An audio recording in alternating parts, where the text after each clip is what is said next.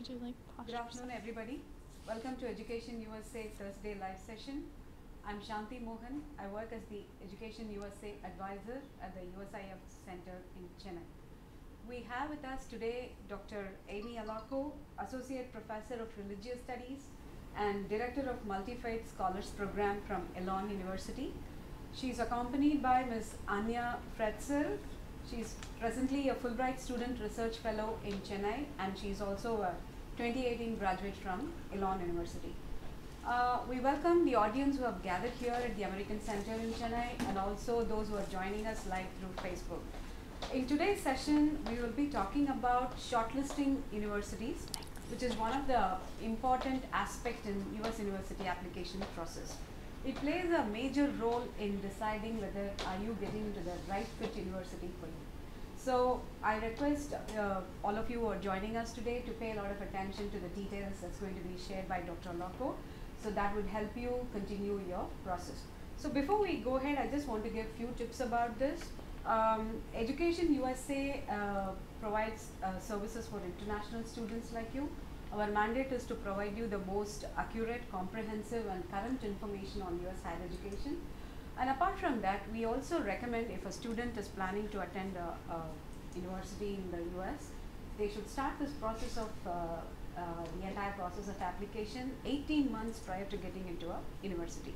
So in this 18-month long process, the step one or the first step, what we call is research your options. So that's where the shortlisting basically comes in. So I would even recommend that if you can spend close to 4 or 5 months in doing a complete research on the kind of institution that you're aiming to apply, whether that institution is giving you the right kind of program you're looking for, what are the scholarship opportunities. So if you could spend more time on this element of it, it will definitely it will be a very successful path for you in a US university. So I don't want to take much of Dr. Alako's time, and she will be here with Anya to give you the tips to shortlist universities that best fit your requirements. Thank you. Hi, and good afternoon. So happy to be with all of you who are here in person, and also to greet those who might be tuning in virtually. As we begin, I just want to begin by introducing myself.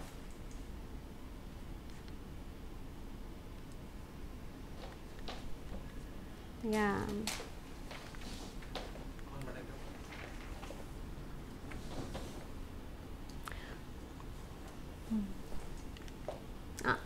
So as Shanti kindly said, my name is Dr. Amy Alako, and I'm an Associate Professor of Religious Studies. So I teach in the Religious Studies Department at Elon, where I have been on the faculty for 10 years. I also direct a selective fellows program called the Multi-Faith Scholars. One of the chief features of that program is the opportunity to do undergraduate research, which is something that Anya and I will be talking quite a bit about.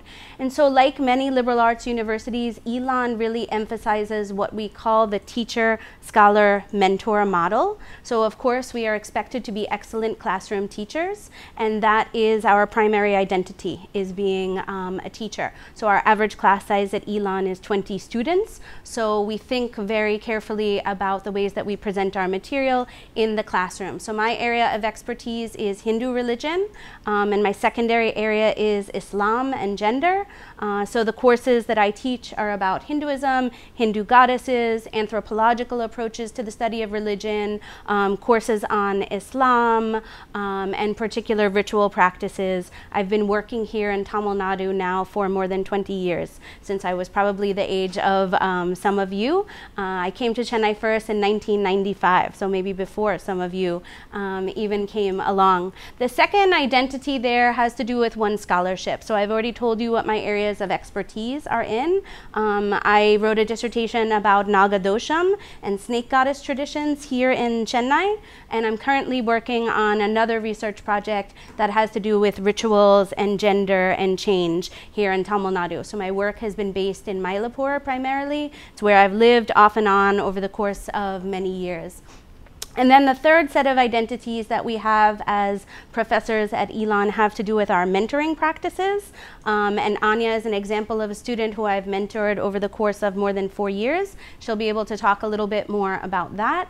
Mentoring at Elon and places like Elon takes many forms. It can be a student who's doing a particular original research project under my mentorship. It can be a student who I am giving academic advising to and helping them to select their classes and their major and minor program. People who are not faculty, people on the staff side of a university also function as mentors through clubs and student organizations. So a student at a liberal arts university would have the expectation that they would have a range of mentors across their 4 years, and that's one of the distinctive facets of coming to an institution where small class sizes are the norm and where relationships are emphasized, is that you have faculty and staff and others who would take a specific and personal interest in you and help to develop that student across the course of the 4 years, and be also involved after they graduate, thinking with them about postgraduate studies and moving on to higher education for master's or PhD or other programs, and also for employment possibilities. So just yesterday I spent an hour on Skype with one of my students who's in her 3rd year, talking to her about internships she might pursue this summer and next summer, and sort of making a plan for the next 18 months with her about her employment possibilities and language study. So mentoring is a large part of what we do at Elon. All right, hi, I'm Anya Fredsell. I graduated from Elon University. Oh, more? All right. Okay. Oh, both of us will move that way. Okay. I graduated this past May with a major in religious studies and minors in Asian studies and women's gender and sexuality studies. So I came into Elon practicing and teaching yoga and realized that I could also study it through undergraduate research. So I was accepted with a fellowship that required me to do some sort of undergraduate research. So it came with some scholarship money, but then also there was an expectation that I would do extra work while I was there. And I applied for extra grants and worked with Dr. Alaco almost every single semester. We met once a week in her office, just the two of us, and talked about the things I was working on. And I was able to come to India 4 times back and forth while I was in college to do research on yoga traditions. So my final year of Elon, I applied for a Fulbright research grant. So I've now been in Chennai, living in Mylapore since August. I'm learning Tamil and studying yoga and religious traditions. And then I will be here until May. And then afterwards, I will return to the U.S. and start a master's program in South Asian religions and continue on towards a PhD. So Anya will be going to Emory University in the fall, so she can talk to you about a whole range of experiences at Elon and also the transition to graduate school. So whatever questions you have, Anya will talk more about her own experiences as a student and beyond in a few minutes. But let's start with a bit of an overview, and I wanted to start with this quote, which says that college is a match to be made, not a prize to be won, to emphasize the fact that, as Shanti said, the first really important step is to spend a great deal of time doing the necessary research to figure out what that right match between your skill sets and your interests and your backgrounds and your career goals and your future aspirations and the offerings of the universities and colleges you might be looking at might be. So I think probably implicit in her advice is the idea that you would want to be looking for a range of institutions, shortlisting quite a few on your list, that might have different kinds of resources and programs and offerings which would support those aspirations and those goals. So you're looking really to match across a whole range of factors and to think about fit in those kinds of terms. And we'll talk about some of the particularities that might help you to do that shortlisting in a moment. So just to give a kind of broad look at U.S. higher education, we have well over 4,000 educational institutions in the U.S. And you may also be thinking about Europe or other places as well as the U.S. as you consider your higher education And really the emphasis is here on fit. And so you may know about certain institutions that an older sibling has gone to, or a cousin, or someone from your college, your school, and you might think of that as an aspiration, but it may not be the right fit for you. And so it's important to think about the criteria which would help you determine what are the right fit schools to put on your shortlist. And I think that can only come about through reflection and research. So doing research, having a centralized place where you store the information, whether it's a notebook or something you're typing up, a kind of running list that you can cross-reference. I like to do things in chart form so that I'm looking at the same categories across many schools, but that kind of research process will help you to distill out the best fit schools for you, and that can only come through reflection. So you've already taken a first important step, which is that you're attending seminars and presentations like this, but the reflection and research work has to be done sort of on your own, in your own time, to find that right fit institution. So what are the categories and the things that you should be thinking about as you try to select the right institution for you? So many students who come to Elon's campus, which is in central North Carolina, are very impressed by the physical beauty of the campus facilities. And that's certainly a factor. We all have an idea about what a campus should look like, a college setting should look like. But it's important to start by thinking about what kinds of offerings those universities and colleges have, right? So these are four-year institutions, colleges and universities, which are different typically by size. Colleges are BA or bachelor's granting institutions, whereas universities may have some master's programs. So Elon is a university that does grant masters. You will see in some of the literature that I have brought that it has a #1 ranking for a master's granting university. The bachelor's versus the associate's degree, right, a 4-year versus a 2-year degree. They have different kinds of scope and possibilities. A lot of students who would pursue an associate's degree would do that as a stepping stone to another 2 years to earn the bachelor's degree. So Elon is a bachelor's granting institution. So I'll use that as an example at several points in this presentation. Public versus private. So many of the different states in the United States have their own university systems. Some are ranked and reputed to be of higher quality than others. So you would look at the public institutions and think about what kind of funding do they get?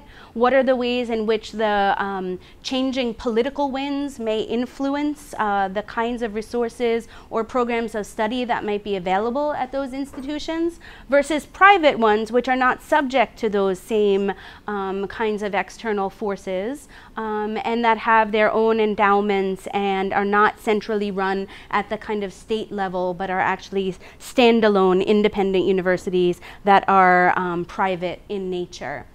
And the size of these institutions can vary widely. So Elon regards itself as a mid-sized university. It has 6,000 undergraduate students. So that means 6,000 students in the 4-year BA course. But there are universities in the United States which could have 24,000 students or many more than that. I went to a college called Colgate University in central New York, in a very rural part of New York, that had only 2,700 students, so roughly half the size of Elon. And Anya looked at another school in North Carolina, which she was deciding between Elon and that school, and that probably is closer to 2,000 or 3,000 students, right? So she may talk some about why she chose a slightly bigger university over a slightly smaller one. And I think probably given the fact that you're in smaller schools right now, it might be hard to envision what does a campus culture of 6,000 feel like. And I'll just say that, you know, moving there to begin my teaching career, I assumed that it would feel much bigger than it actually feels. So in any given day, when I go to the dining hall to pick up a sandwich, or I go to pick up a coffee, or I walk to my class, or I walk to my car, I will see students who I know as I cross the brick pathways of Elon. And students know one another. Not every student knows one another. It's far less intimate than, say, the place where I went to college, but you're not also in a sea of unfamiliar and more anonymous faces. So just to give you a sense of what a university of 6,000 feels like, you would not be able to go from point A to point B across campus without bumping into lots of people who you knew from different contexts across the day. So here is another set of things to think about. So I've mentioned several times already that Elon is a liberal arts college.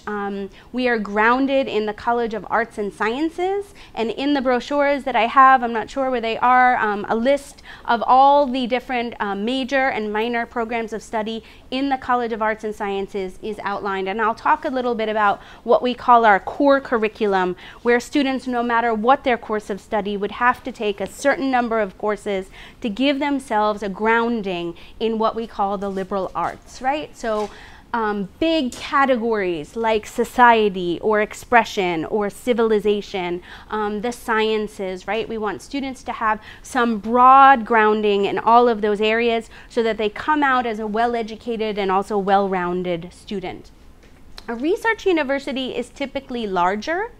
There is, in my way of thinking about it, less of an emphasis on teaching and more of an emphasis on scholarship and research for the faculty. So you often have larger class sizes, and you may also be taught by teaching assistants who may be graduate students, whereas at a liberal arts university, you are being taught by people who have a terminal degree in their field.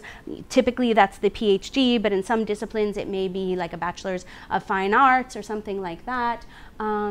So those are some of the differences between a research university and a liberal arts college.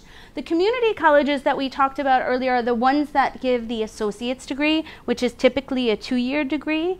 They are often university or colleges that you can approach and enroll in on a by credit basis. So maybe not all students would be a full-time student, whereas typically at a liberal arts college, there are not commuters who are doing it by credit. It is a residential kind of experience where most people live on campus, so they're living and learning in the place that they are enrolled at the university, which really makes for a kind of holistic living learning environment. So the same people who may be in your Arabic class or your English composition class or your sociology class are the same people you're seeing in the dining hall, and some of them may live down the hall from you, or you bump into them in the library, or they're studying and eating pizza in the study room sort of late at night. So that is a very different environment from a community college where people are maybe pursuing the bachelor, the associate's degree on a credit by credit basis. Some people may be full-time, some people may be also working at the same time that they're studying. And that's not typically something that we see students from South Asia coming to the US to pursue.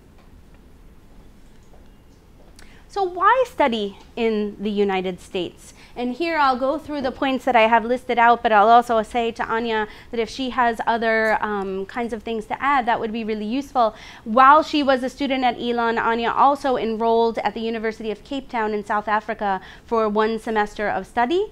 And as she said, she spent 4 short periods in India. So she has some perspective on what it means to do international education. So she may have some additional perspective to add there.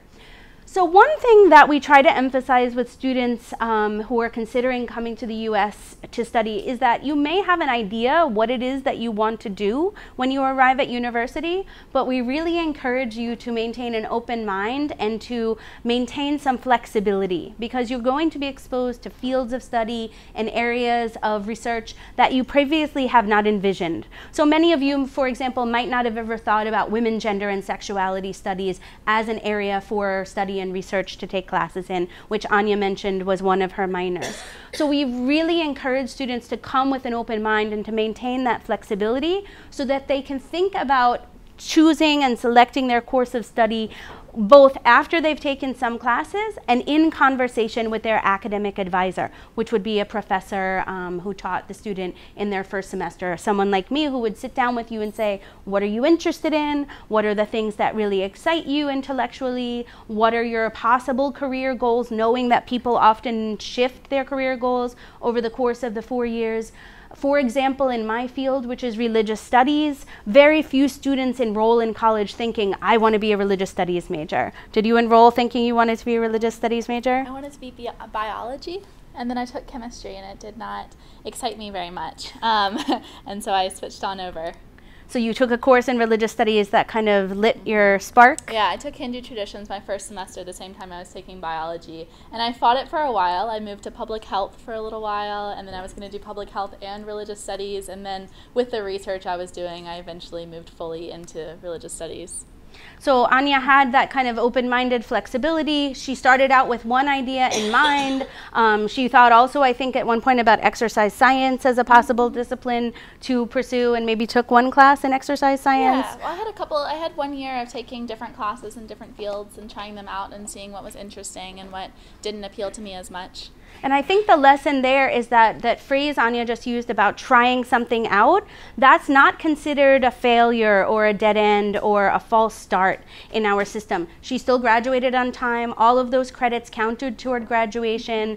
There's no sort of detour in her path. She just spread her wings a bit and became a bit more well-rounded and a bit more educated, but she still settled in appropriate time on a major course of study. She was able to earn 2 minor courses of study and graduate within the 4 years, with many honors and awards. So in the US, that course of study is typically selected after coming. So I have one student who came from Hyderabad last year to come to Elon, and he knows 100% that he wants to study accounting and finance. He's come exactly for that purpose, right? But I keep reminding him, Hari, take classes in English, take a class in history, and have the opportunity. He has to because of the core curriculum. But broaden yourself and sort of think about other areas besides simply finance and accounting. You can still do your accounting as your major course of study, but also think broadly about what else the university has to offer. So I'm giving that advice to all of you as well. So that brings us to the minor. So you'll see in that brochure that there is an enormous list of what we call interdisciplinary minors. Some of them are based in regions, like Anya said she was an Asian studies minor. We have Middle East studies, we have peace and conflict studies, we have gender sexuality, women's gender and sexuality studies.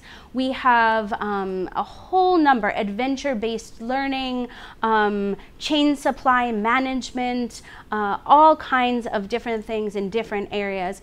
Typically, those are comprised of between 4 to 6 courses. So it's a sub-specialization, whereas a major course of study may be 10 or more courses over the course of the 4 years. So students can graduate easily with 2 and 3. I have students who have even 4 minors. And sometimes the same course will count in multiple areas. So if Anya took, for example, my course on women in Islam, that course would count for religious studies, for Asian studies, for Middle East studies, for women's gender and sexuality studies, and also toward our interdisciplinary major in what's called international and global studies. So it would count in multiple areas, and that same course could count in multiple lists and help students to earn minors or majors in different areas. So we can talk more about that if you have questions. So I've mentioned this thing called the core curriculum, and it may go by different names like general education or general studies at different colleges and universities, but it's a key feature of many US institutions, especially liberal arts colleges. And it's that broad grounding across disciplines that I mentioned. So at Elon, a student is expected to take 1 science class with a laboratory addition and 1 science class without a lab requirement if they're majoring in something like religious studies. They would have to take 2 courses that fall into this broad category called expression. You could take something in art history or the performing arts or music. So there's this distribution requirement that no matter what your major, you would have to take some classes outside your area of study to give you that kind of broad grounding. So maybe you could say something about some of the classes which you took in the core. Let's say there's also a lot of flexibility. So saying a laboratory science could mean chemistry or biology, or it can mean astronomy, and the labs are outside looking at stars and analyzing that. So people who are not as scientifically minded can take courses that are still appealing. And then within expression, as Dr. Lacko was saying, there's a whole range of courses that may spark personal interests or just an opportunity to learn something new. So I had to take an art history course my senior year, I think, to fulfill one of my minor requirements. And it was actually, now when I see art and I view art and I think about different sort of shifts in the art world and beyond, I can pull things from that course. So it's really shaped different aspects of my life in a way that other courses haven't. So I'm smiling because Anya wrote a paper in that course on Chitra Ganesh. Yeah, she's an American, yeah. But she was just at the Biennale in Yeah, Kochi, yeah, which so Anya just she's attended. Indian American, parents are from India, and she uses a lot of Hindu mythology in her art, which was interesting with my other courses. But I went to the Kochi Biennale this past week, actually, and her art was there. So it's, you know, my life is informed by these classes that I took. Yeah, so the core curriculum is a feature of a liberal arts education, and Anya is quite right in emphasizing the flexibility that there are many, many, many courses that count, and you would, along with your advisor, select the ones that seem most relevant or most interesting to you. And I would say the last point about the core curriculum is that it is meant to be integrative. So what a student does in their first year should then inform what they do in their second and third years, and then in the fourth year there's something called a capstone course where you're hopefully pulling in some of that material and you're seeing this kind of cross-pollination of ideas across the 4 years, and you're able to kind of integrate some of those themes and that learning across those lateral experiences. So a liberal arts education is meant to offer you and prepare you for opportunities, right? And it's an opportunity to develop what we call transferable skills. So a lot of the students who take an Intro to Religious Studies course with me, we have an intro course called Religion in the Global Context. Those students will not go on to be a major or a minor in religious studies. They may go on to do business or politics or sciences or some sort of international business or engineering, right? But having that grounding in an understanding of what are the world religions, why do people study religion, how does religion influence the news and politics, those are really important skills for any 21st century thinker and doer, right? So too, students in a course like that would learn to be excellent oral communicators as well as excellent written communicators. So you would be reading texts, you would be writing about them, you'd be engaging in discussion in class, and you'd be sharpening your critical thinking skills. Those are exactly the kinds of transferable skills that we hope that students who may not go on to major or minor in our course of study would be able to pick up and carry with them wherever they go. When they're giving a presentation to their team in the office, when they're writing up a brief for their boss, when they're writing a cover letter for a job or an application for graduate school or having an interview, those good oral and written communication skills, those critical thinking skills would come in super handy. So too, we really pride ourselves on opportunities for experiential learning. So Elon has really staked its brand and its reputation on what we call experiential or engaged learning, but many other liberal arts colleges also have this emphasis. So experiential learning could mean things like studying away from campus. That could be at the Elon Center in New York or in LA. It could be in a study abroad context like Anya did at the University of Cape Town in South Africa. It could be undergraduate research, which we will talk about more in a few moments, mentored by a faculty member. It could be an internship or volunteer experiences, or it could be in the realm of leadership. So these are things that get students out from behind their desk, driving out into the community, moving out into the local or the global communities, and test driving their classroom knowledge and experiences in real world settings. So experiencing learning and thinking about those things as experiences that you can leverage and learning you can leverage not only after the 4 years, but during the 4 years. So getting internships as a staging experience for the kinds of jobs you might hope for the future. So it's something like 80% of our students have internships during the 4 years. And students in business and students in the School of Communications are required to do an internship, at least one internship during their 4 years.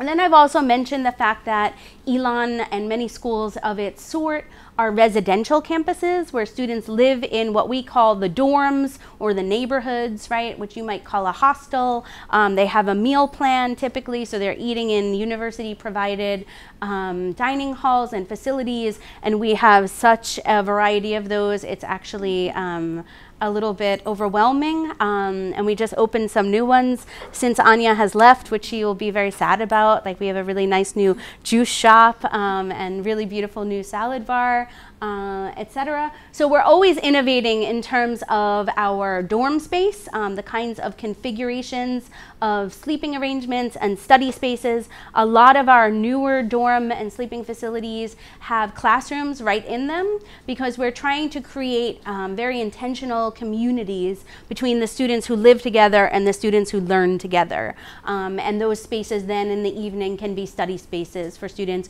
so they don't have to walk out and go to the library if they don't need something, since most things are accessible electronically. You can study outside of your room, so you're not tempted by your bed, right? You can study there in your own living space. So that provides a lot of opportunities for interaction with your peers, as well as with faculty and staff. So one thing I didn't tell you is that I lived on campus as a faculty director for 6 years, for my first 6 years that I lived at Elon.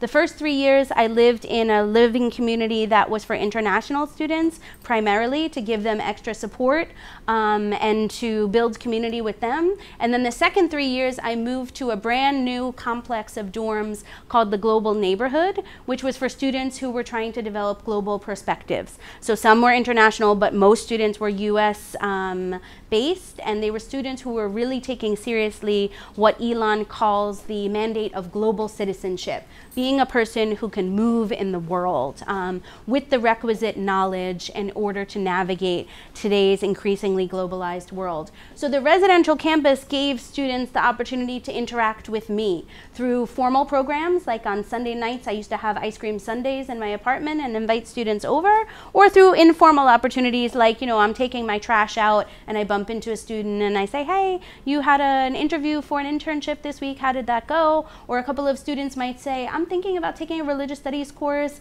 you know, what course would you recommend to me? So those kinds of informal conversations. So the residential campus makes those opportunities very present and available to students. Are there things you might add there? Yeah, so my first year I lived right on campus, and my dorm was right next to my 8 a.m. classroom. So I'm not a morning person, but I could wake up and get a yogurt out of my little fridge, which is pretty common in dorm rooms, have that, then walk right downstairs and have my class. And then I also worked at the university gym teaching yoga and Pilates, so I could walk straight across the street and be there at work, and then walk across the quad and be at the library. And then I wouldn't have to worry about studying really late, as I tend to do. Not a morning person, but I am a night person. So I would study all night, and then I could walk home whenever I wanted, because it was just right across the street, and I wouldn't have to worry about finding transportation. So that was really lovely my first year, that I could be integrated with classes and my work and my job and all of that together. And then my following years, I moved slightly off campus, but had an apartment with a few of my friends. And so we each had our own rooms, but we shared a common area and a kitchen. So by the time I was a senior at Elon, I was cooking all my own meals, and I was very happy to have sort of more of that private space and less of the communal space. But there are just so many different options, and it was really lovely to have all of it integrated in one space.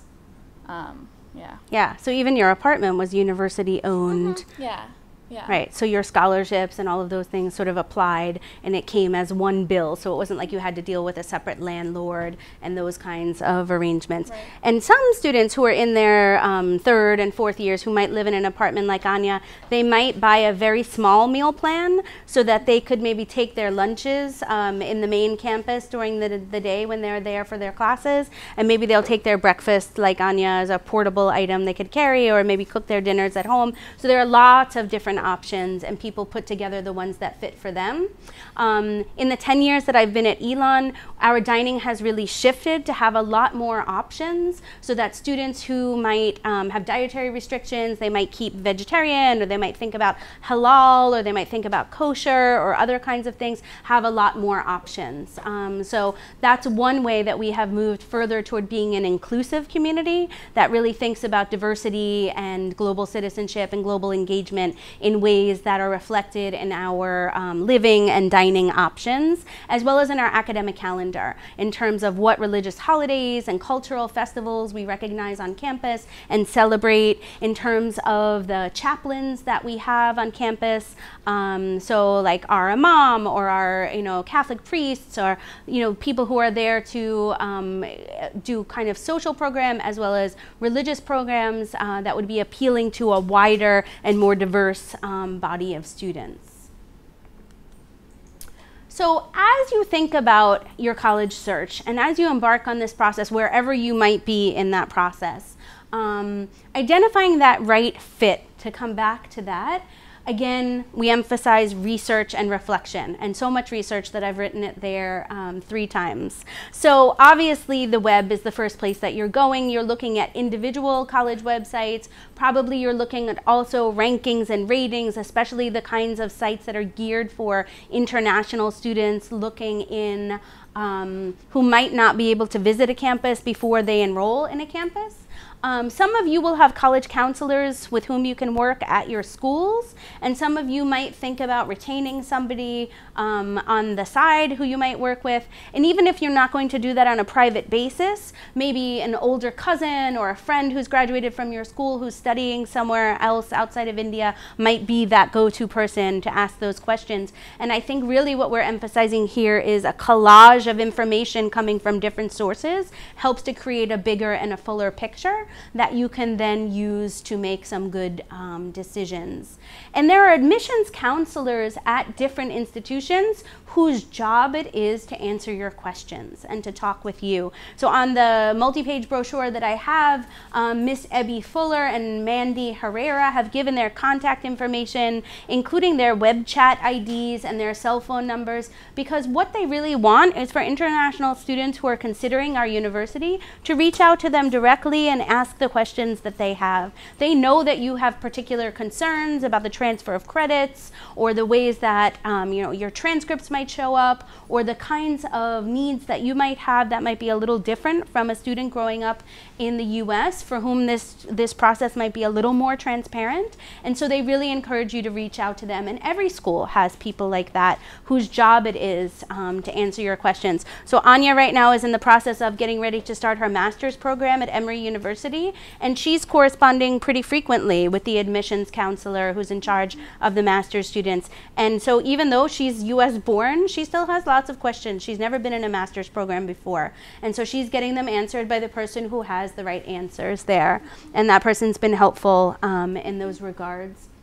And then, like today, it's important to meet with schools who might be visiting and to attend college fairs. As Shanti says, they have a lot of resources for you here at the American Center, right? So there are ways in which you can take advantage of those, whether in person or via virtual means. I think a lot of these presentations are archived to be watched later. So it's not like if you missed something the first time around, it's gone. There's a way in which the virtual platforms make things accessible no matter where you are. So taking advantage of those resources is really important. So we talked a bit about criteria. And so identifying your priorities is really the important thing. And those don't have to be the priorities necessarily of people from your school or your cousin or even potentially your parents. It's about thinking about your priorities for your 4 years and your beyond that kinds of experiences. So we've talked quite a bit about type of institution, but we haven't talked much about location. So some people know, I'm coming from a big city, I really want to live in a more rural, quieter place, or, oh, I can't thrive outside of a city environment. So thinking about the size of the institution in relation to the size of where it's located, right? Do you want to be on a coast of the United States? Do you want to be in the southeast of the United States? Every region or location has something to offer. So it's a set of trade-offs, and learning about the location will help you decide what might be right for you. So I was reading the brochure on the way over here today, and I see that the way Elon describes itself in that brochure for is that it's 2.5 hours from the mountains and it's 3 hours from the coast and the beach. So it's sort of ideally located in the middle in North Carolina, that it tells you how far it is from the airports, right? So we're kind of equidistant from 2 major airports in North Carolina. So those are the kinds of questions you should be asking as you look at different institutions and their locations in the United States. Also climate, right? So some of you who might be Chennai based or elsewhere in South India, maybe snow sounds like a really wonderful and tantalizing opportunity. And for some of you, it might sound like a horrible, horrible thing, right? So I would fall in the second category. Although I grew up in New York, I really never want to see snow again, except for like when I'm next to the fire and I'm looking out the window. So thinking about what kind of climate you would like to be in is really important. My student from Hyderabad, who I was mentioning, within the first month or two, he was asking me, Dr. Amy, where can I get a really heavy coat? I'm already really cold, right? So he wasn't acclimated and he didn't have the wardrobe for the colder weather. In North Carolina, we do have 4 seasons. The leaves change and they're really beautiful in the autumn, but we really don't have a very cold winter compared to places in the Northeast like I grew up. I went to college in New York. I did my master's in Boston at Harvard, and there I was freezing and there were huge snowdrifts for many, many months, and I'm really never headed back into that environment. Yeah, it's really not for me. So Anya grew up in Georgia. She's been living in North Carolina, so she's never really had to combat terribly heavy winters, and probably I don't want to. I'm very happy here in Chennai with no snow. Yeah.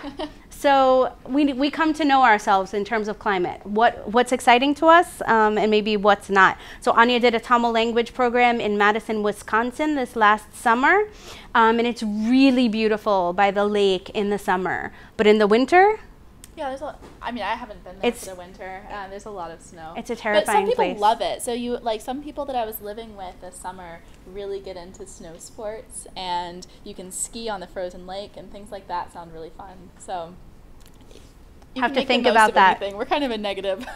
Yeah, we like the warm weather. In addition, we've talked quite a bit about the size of the institution. So some students are perfectly happy in a large lecture class with 150 students. Some students really thrive in a smaller environment where they get to know their professors and their classmates in a more intimate environment, right? Looking at that list of majors and programs offered is a must, and it's probably a first step, especially if you have some idea about what it is that you'd like to study. And then you also have to think about campus life. So Elon likes to say that it has almost 300 clubs and activities. So Anya was involved in the yoga club. She was involved in some social organizations, other things. I participated in a 24-hour dance marathon once to raise money for a children's hospital. There are always things happening in all different types of organizations. I was in an undergraduate, South Asian undergraduate research group where we sort of supported each other and went to conferences together. I had friends who played club sports and intramural sports. It was less my thing, but there are lots of different levels of sports and that sort of thing that range from very competitive to not very competitive and just fun. Yeah, so there's a whole range of things to do. So if you have something you're passionate about, right, if it's table tennis or it's, football or something like that, or it's a specific musical instrument, you want to be part of an ensemble or singing or something like that, it's important to look and make sure that the universities that you're looking at have that as an offering. At Elon, it's not very difficult to create a new club if by some chance students can find something that doesn't already exist. We know students who've done that. My best friend created the Elon Yoga Club, and I was her vice president the whole time. So the year I came in was the first year of that because she went to the organization fair where everyone lays out their tables, and it probably takes at least an hour to get around and see all the different organizations. But she saw all the sports and she saw all the religious organizations and all the different things, but didn't see Yoga Club, so she created it. And some of those are motivated by needs of the moment. So students created an organization called Speak Out for Syria because they felt like they wanted to spring into action and raise awareness about the situation in Syria. So sometimes those are timely kinds of organizations that spring up out of student interest. And then you're also thinking about campus climate. So different than the sort of temperature and weather patterns, we're thinking about, what kind of place does it feel like? Does it feel like a super competitive atmosphere? Does it feel like a really collegial atmosphere? Does it feel like a place where people take their studies very seriously, or a place where people's social lives seem primary? You know, you get a sense of campus climate maybe by asking current students to talk with you about their experiences there. And certainly when you start to narrow down your list, you would want to be able to talk to some international students, especially ones from South Asia, to find out what their experiences are like. And so your admissions counselor, and maybe if you're in touch with faculty persons like myself, we could maybe put you in touch with students like that, and they could have a frank one-on-one conversation with you about those experiences. And then also you should think, what are the international student services, right? Are there ways for you to earn a little extra money, or are you not on the kind of visa that can allow you to work? So at Elon, they have ways where they can offer campus jobs to international students, but you need a person who's savvy about the particularities of your visa, who can help you with getting a driving license if that's something you want to do. In most university towns, you know, there's some transportation, like Elon has bus service and transportation for those who don't drive or who don't have a car, or who you know, have some disability or just don't want to have a driving license, etc. So you have to think about, like, does this university have program and staff in place who are there for international students to help them? So we have a really wonderful group of local people called the Local Friends, who invite the international students over for holidays, and they pick them up and they take them on picnics to parks and things like that, knowing that they don't have an aunt or an uncle or a mom or a dad or any sorts of other family perhaps very nearby, and they might be the only ones left in their dorm over a short break. The Local Friends kind of step into those places. So in addition to the university system for international students, we also have this kind of local support system. So those are the kinds of things you would want to ask, and you wouldn't be being too forward or stepping out of your place to ask those questions of the admissions counselor once you get to the point where you have a narrower list of schools. So asking these kinds of questions is really smart as you start to select an institution. So when you're thinking about applying, so this is a little further down the road from that research phase that we talked about, you want to think about, what does the application require? Obviously there's biodata. Many of them will have an essay as a part of that application. Elon has actually 2 different kinds of short essays. You'll want to make yourself a handy chart with all the appropriate deadlines and know what are the different kinds of ways that you can apply. So you can apply through early decision, and that would be if the university or college accepts you, you're bound to them. So you've made a commitment. If you get in, you're going to go to that place. You can also do something called early action, where you find out early, but it's not binding. So you could do that with a top-ranked school on your list, and then you would kind of have the relief of knowing, okay, I'm into one of these schools that I really, really want, but I'm just going to wait a little bit longer and see where else I might get in. Then there's the regular deadline, where you would find out kind of at the same time for all of your different schools. And some universities have what's called rolling admission, which means that they decide on applications as they come in, and you get notifications sort of not at one major date where they release all the notifications, but rather sort of on a rolling basis through the year. And sometimes I think if you don't get into one of the first early ones the first time, sometimes they'll defer you down to the next decision bracket. But I applied early action because I knew that I wanted to apply there from an early time, but I was still interested in other schools and wasn't ready to make the decision. So it just meant that I had to kind of be on it a little bit more and get that application done earlier. But I heard back months before some of my other schools, so at least I knew I had one admissions done. Yeah, and that can be a great relief.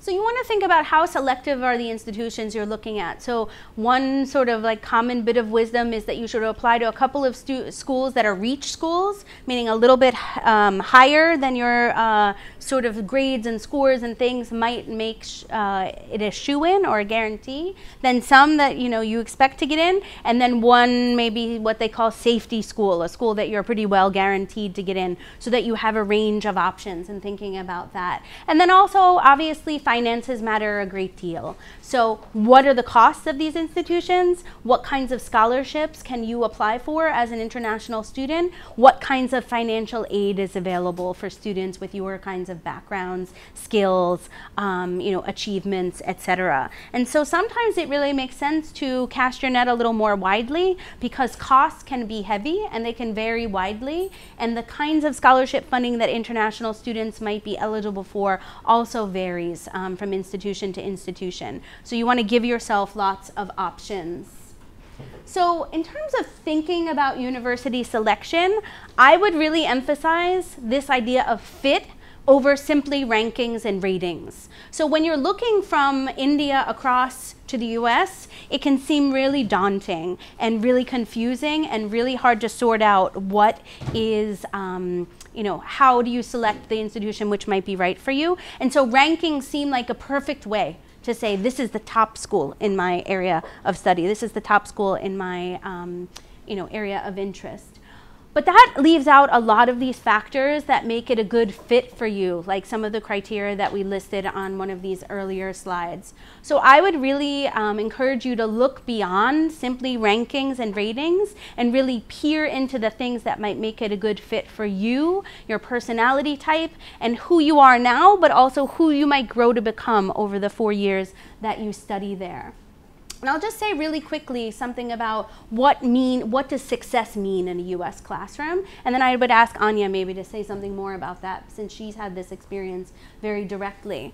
So in a US classroom, like my own classroom at Elon, I don't lecture like I'm doing now. I don't give a presentation for the full 100 minutes. I interact with students, I ask questions. Students are talking all the time in my class. They're asking me to elaborate. They're asking about the reading I've assigned. They're responding to me. They're responding to each other, right? So a discussion-based environment is quite engaged and interactive. And that's pretty typical of a liberal arts university with a small class size. I said our average class size is 20. So it's not much bigger than the room, in the gathering that we have here. And we often sit in configurations that allow us to see one another, so we can really interact and engage one another by name, right? So somebody may say, oh, I really like what Shruti has just said, but I really noticed this thing in the reading, which might make a contrasting argument, etc. So people are really playing off what's happening in that dynamic environment. Of course, they're taking notes, and of course, I'm leading or facilitating in some way, but I'm not simply talking at students. It's an engaged and interactive environment. And I expect students to come prepared, and I expect students also to do their own work. So that's what we mean when we say academic integrity. So students are learning the conventions of citation, so that when they borrow ideas from others, they're giving credit to those folks for their important and impressive thinking. They are representing the work that's their own as their very own, and the work of others as their work. They are working in groups sometimes on projects, and so they are pulling their share of the weight. So personal responsibility and integrity in your academic dealings is really important. And this kind of engaged learning that we talk about, so students, for example, in my Hindu traditions course or my Islam course, they're asked to leave campus and to go to a masjid, to go to an Islamic center, to go to a Hindu temple in our area. So we're not just learning about these traditions in the classroom, we're actually getting out and experiencing them and engaging them in our local community. And that's just one example.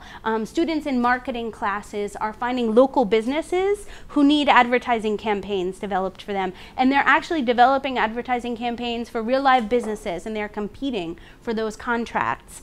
Students are given hypothetical pots of money that they're trading on the stock exchange. So they're doing this kind of learning that extends beyond the simple listening to a professor talk, writing down things, and taking, tests, right? This is test driving knowledge in real world settings. So I think I would add two things to this list. The first is the idea of building relationships. So while there's this idea of turning something in and getting a grade back and like fearing an instructor, being angry if you're late or something like that, there's also the flip side of that, which is turning something in because it's sort of expected in this relationship. So professors might ask like where you were if you were missing, because they really wondered, like sort of worried if it's a prolonged amount of time.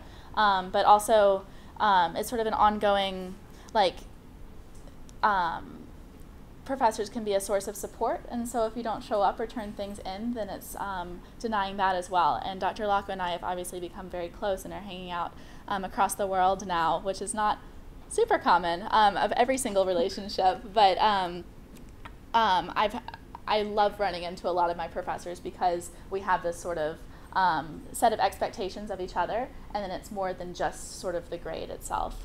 And then the second one, is also being able to create something that's very individual from the work. So in most classes where students are expected to write a paper, the student gets to choose what the paper is on. And so you can really tweak whatever it is that you want to take. So my first year, one of our required classes is a class about thinking about the world. So the global experience. The global experience. And so my professor, who was a French professor, but all different kinds of professors teach this course, decided to have a theme of soccer or football.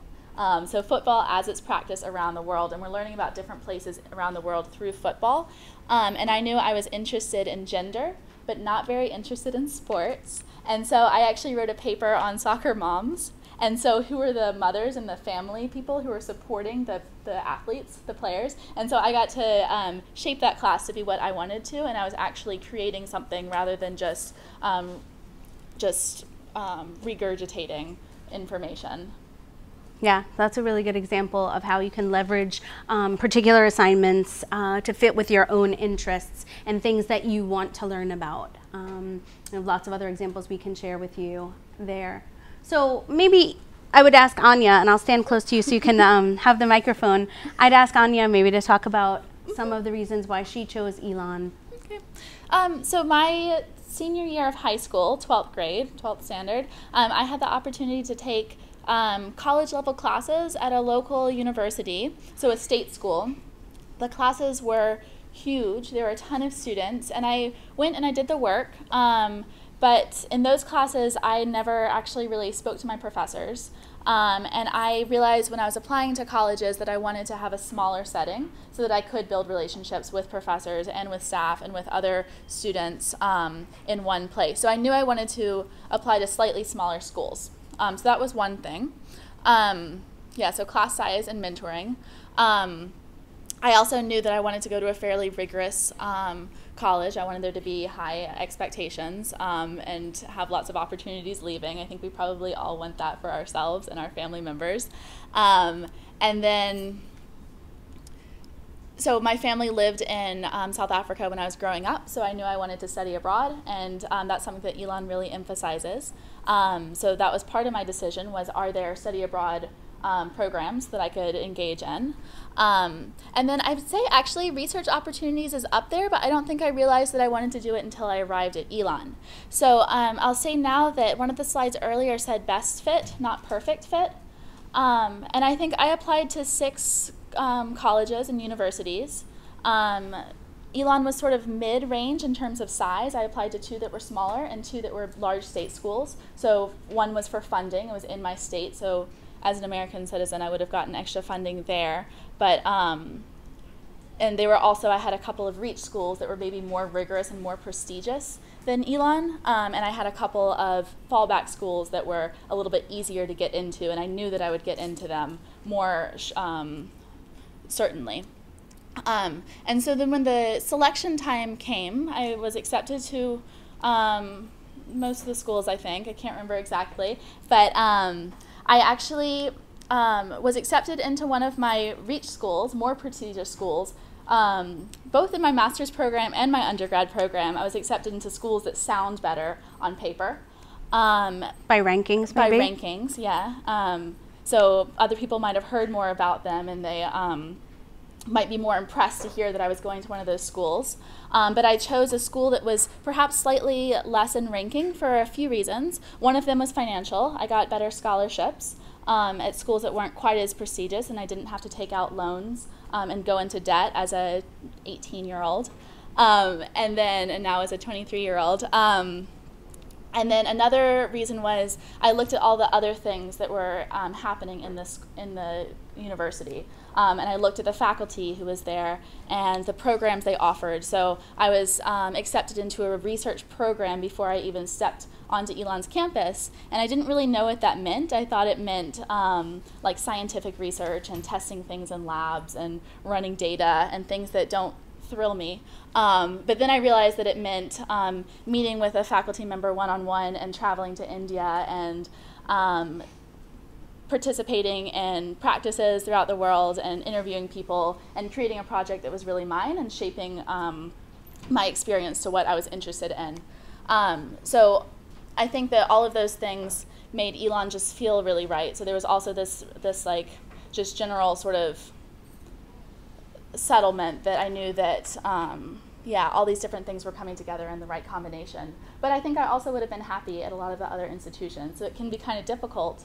And then adding on to that, I think that the school also, what you think it is going in, changes over time. And coming out of Elon, it was a different experience than I was expecting, and I had to also adjust myself to fit some things, not in a bad way at all, just that I grew as a person and changed a lot over 4 years, and I think that you should want or expect that from a college. So those are my thoughts and experiences. All right, that's really helpful, Anya, thank you. So our formal presentation ends there. And now I assume that we have a chance to answer some questions as they come in. So please. Even the audience here can ask questions. Audience here or others who might be tuning in virtually are all welcome to ask questions. And they can be directed to Anya or to me or to both of us. Can we have a question? Sure. If I'm enrolling into a North Carolina or South Carolina university, but I'm trying to apply for an internship at Silicon Valley companies, then will that make sense?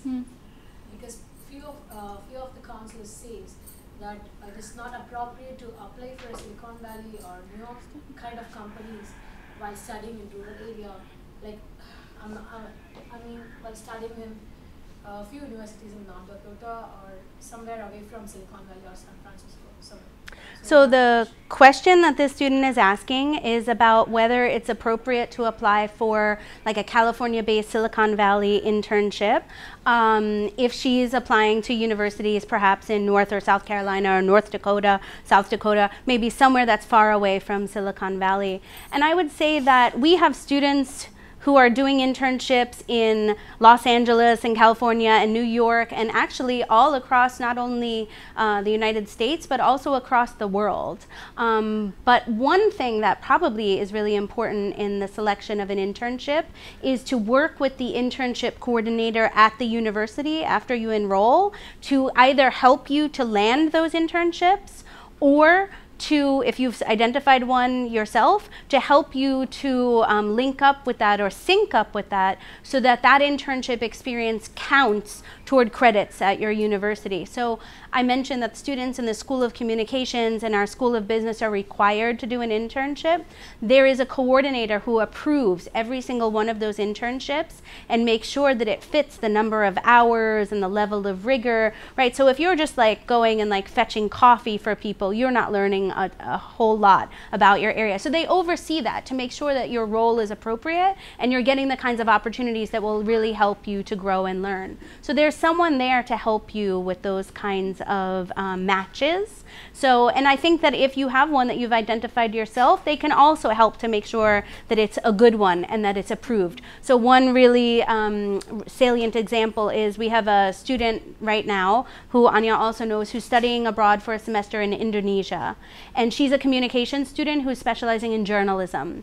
So she had figured out that she could write for some Jakarta paper while she was there. And so she had to bring that idea to the internship coordinator. And there had to be a conversation between that paper in Jakarta and that coordinator. And she got that approved. So she had to do a little bit of the legwork to make it happen. But she was able to have her global experience count also as an internship because she coordinated these things with that person. I would say also that most companies want to choose the best students from all across the United States too. So they send representatives to job fairs and internship fairs, graduate school fairs, where people come and travel from different parts of the country to represent themselves in their schools and to appeal to students. So you'll get to go to different booths for different schools that you wouldn't necessarily get to see in the same city or in the same state.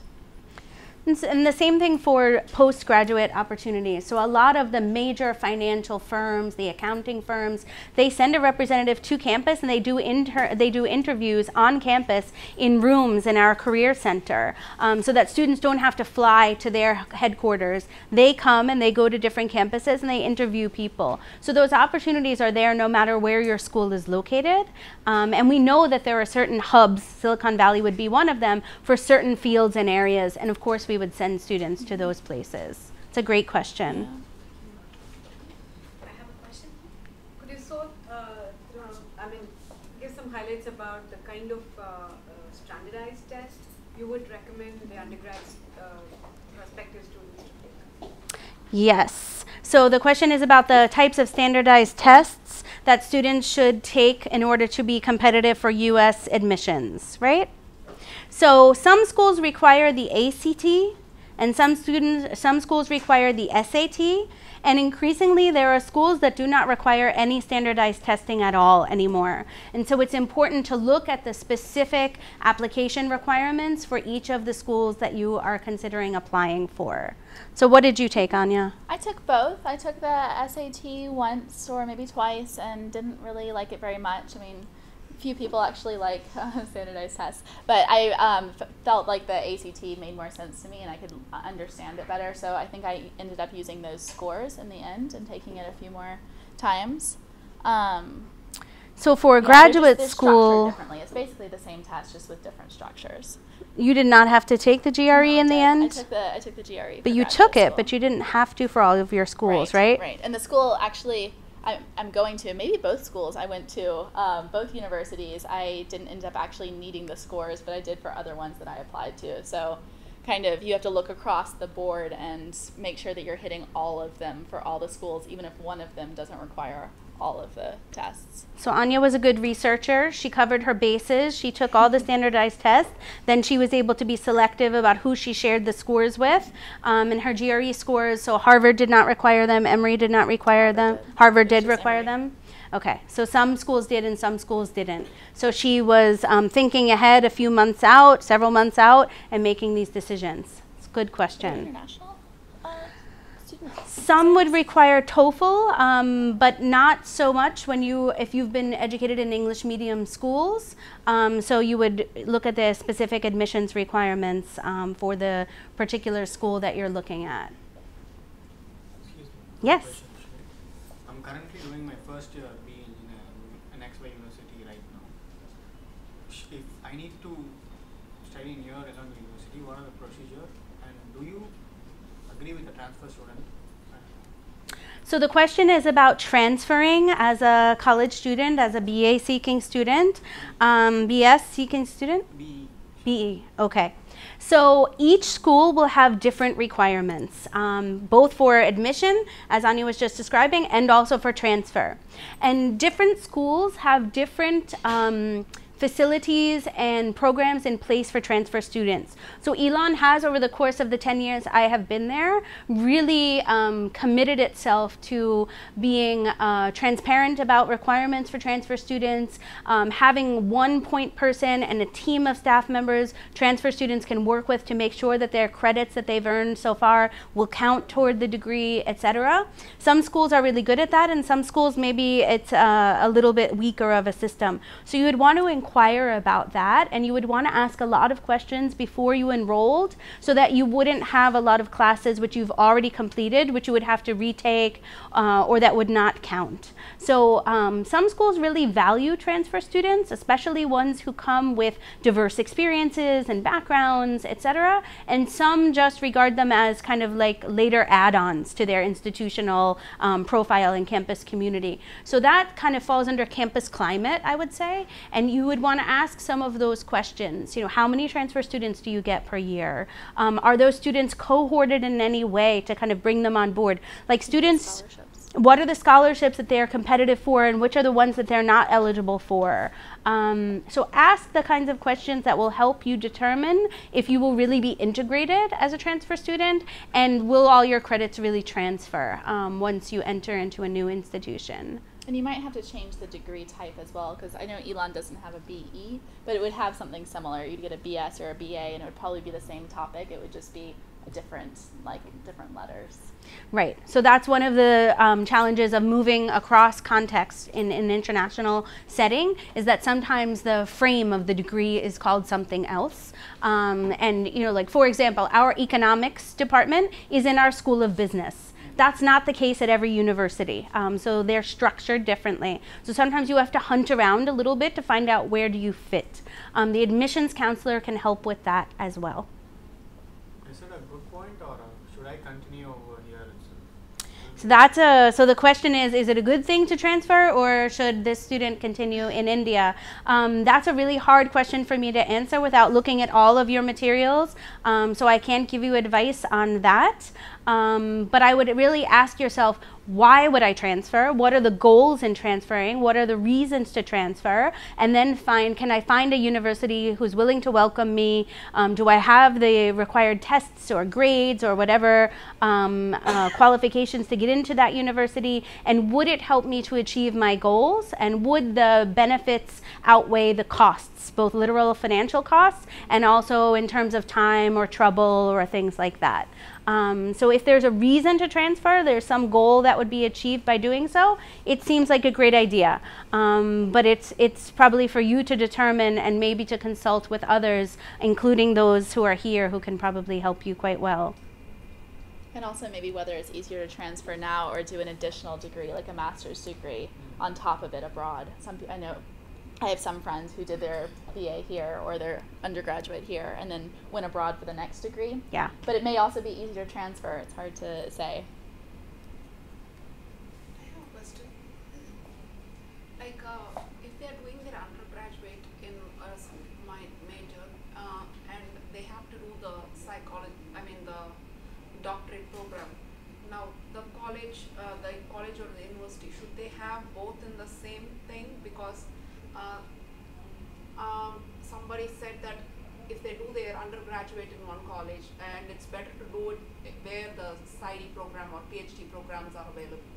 So the question is about if you're going to do a 4-year college or BA degree in the US, should the student be looking at institutions which also offer the higher degrees, master's or PhD, and would it be advantageous to be in one institution for all of those years or not? And I would say it need not be. Very few people stay at their 4-year BA granting institution all the way through for those higher studies. Very few people. The student may want to explore a different part of the country. The student may want to broaden or narrow their interests after that first degree. I don't know that there really is an advantage in terms of scholarships or admissions. Some schools actually don't like to take a lot of their own students who they've trained because they want to bring in diversity from other places, and they don't want to replicate the same perspectives over and over, so it's too insular. So they want to bring in some new fresh faces from elsewhere. So I don't think that that should be a consideration. So many schools, including the very excellent college that I went to, does not grant any masters or PhDs, but it's a great staging ground to get into excellent masters and PhD students programs. So I think I would disassociate those as you look at possible shortlisting of universities and colleges. And also, some schools are really known for certain things. Like, you know, if you want to go for X field, these are the best schools. But if you want to go for Y field, you know, these are the best schools. Those don't always match up with excellent undergraduate education institutions. So the advisor and the faculty members who are working with that student during the 4 years, they are the most knowledgeable people to suggest where should that person go for the master's and the PhD. So I'll just give you one quick anecdote. When I was a master's student at Harvard University and I knew I wanted to do my PhD in South Asian religion, the professor who I admired the most at Harvard said to me, you should not stay here for the PhD because we do not teach Tamil here and we don't have faculty who can train you very well. You should go to Emory University. And that's what I did. So she was honest enough to say that the best program given your interest, the best fit, is this other institution, Emory, even though many people would say, oh, Harvard, you know, that's the reputation, right? She was honest enough to say the best place for you to go is this other university because the fit with your area of interest and the training they can offer is stronger.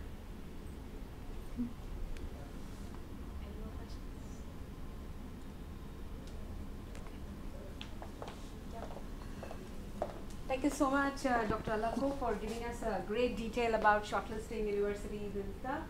I hope all of you are benefited by the remarks that she has made today and the important factors that you should be considering for shortlisting universities. And thanks for such interesting question on transfer programs and other things. So you can reach out to the Education USA Center here at the American Center for any further information on doing your higher education. And also I would thank Dr. Alako and Anya for giving a very interactive session so that all of us found it really interesting to listen to them. And another big thing I would say is she broke the myth of you know, only going to a top school. So that is not the ultimate thing. You're going, the primary reason for going abroad is to gain knowledge, just not to have a brand behind your name. Okay? So don't be so brand conscious. Please look for programs that best fit your requirements. So to support you with more information, we keep conducting these kind of live sessions at our centers.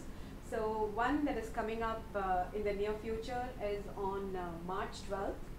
But it may be a live stream or may not be a live stream. But however, we are having a session on March 12th by Tiffin University, who will talk about the similar shortlisting, but with a graduate studies focus. So Tiffin University has a lot of programs that concentrate towards management studies and some specializations like law and management related programs and more of humanities. So any of you who are interested in management studies and the law related programs, do visit our center on March 12th for this program by Tiffin University. And thank you so much for being here and those who joined us today on the live session, and happy weekend. Thank you.